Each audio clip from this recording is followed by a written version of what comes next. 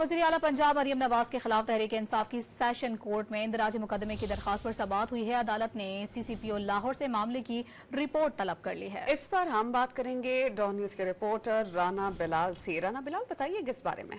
बताएं कि क्या आपकी एक्सटेंशन की बात नहीं हो रही थी बतौर चीफ? राना बिलाल, आप मौजूद हैं हमारे साथ? राना बिलाल, हम कोशिश करते हैं एक बार फिर अपने रिपोर्टर से राब्ता बहाल करें और इस खबर की मज़ीद तफसील उनसे जानें। वज़ीर आला पंजाब मरियम नवाज ने के खिलाफ तहरीक इंसाफ की सेशन कोर्ट में इंदराजी मुकदमा की दरख्वास्त पर समाअत हुई। अदालत ने CCPO लाहौर से मामले की रिपोर्ट तलब कर ली है। हमसे राब्ता बहाल को है हमारे रिपोर्टर राना बिलाल से। राना बिलाल, बताइएगा क्या कुछ हुआ आज इस मुकदमे की समाअत के दौरान?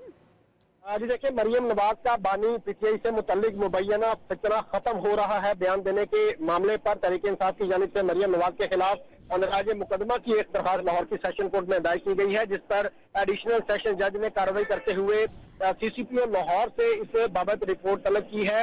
ये दरखास्त तहरीक इंसाफ के रहनुमा अकमल खान की जानिब से दायर की गई है, जिसमें लाहौर पुलिस को और मरियम नवाज को शरीक बुलाते हुए यह मौक़िफ़ इख्तियार किया गया है कि वज़ीर आला पंजाब ने उनके लीडर को फितना खत्म हो रहा है का इसके बारे में कहा और वज़ीर आला पंजाब ने बानी PTI को धमकी दी है। इसलिए पुलिस को भी दरखास्त दी गई, लेकिन पुलिस ने मरियम नवाज के खिलाफ मुकदमा दर्ज नहीं किया।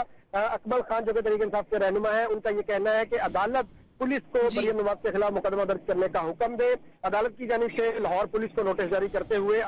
जी, बहुत शुक्रिया राना बिलाल।